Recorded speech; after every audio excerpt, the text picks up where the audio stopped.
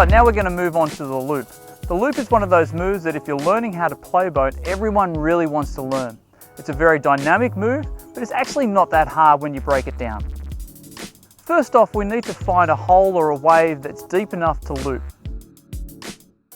We can talk to locals to find out this information. You want a hole that if you start your loop and you push down with your nose, you're not actually going to tag a rock with the bow of your boat. If you do tag a rock, then you're going to lose a lot of your momentum and you won't be able to loop as big or as well. Carve to the top of the wave of the hole and point your boat straight towards the seam where the green water meets the white water. Try to get your boat vertical. If you can get your boat fairly vertical, you're going to be able to get that boat to pop up with lots of air. The hole or the wave will determine how vertical you should be. Now look at an object and focus on an object that's just above the wave, but directly in the middle of the wave. This will allow your whole body to get upwards momentum.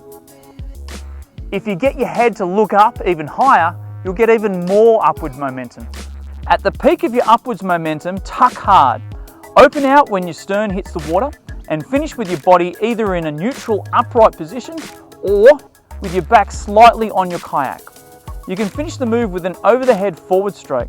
This will help push the nose back and into a front surf. A common mistake is to allow your legs to slip out in either direction when you're initiating your bow. Activate your leg muscles and keep your legs square onto the wave. Prevent the bow from moving to the left or the right as you're initiating your move.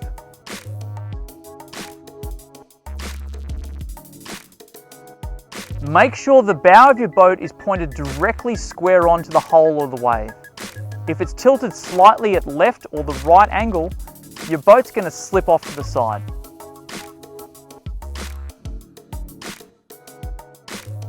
Another common mistake is to start your tuck and your rotation too early or too late.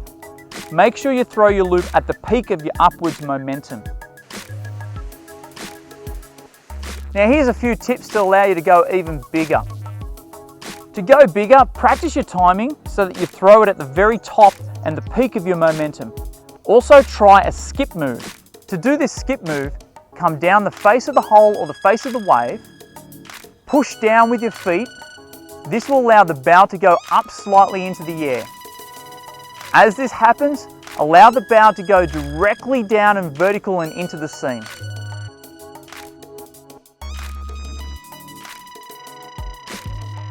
To get some bigger air out of your loops, try and reach up with your hands and also look up.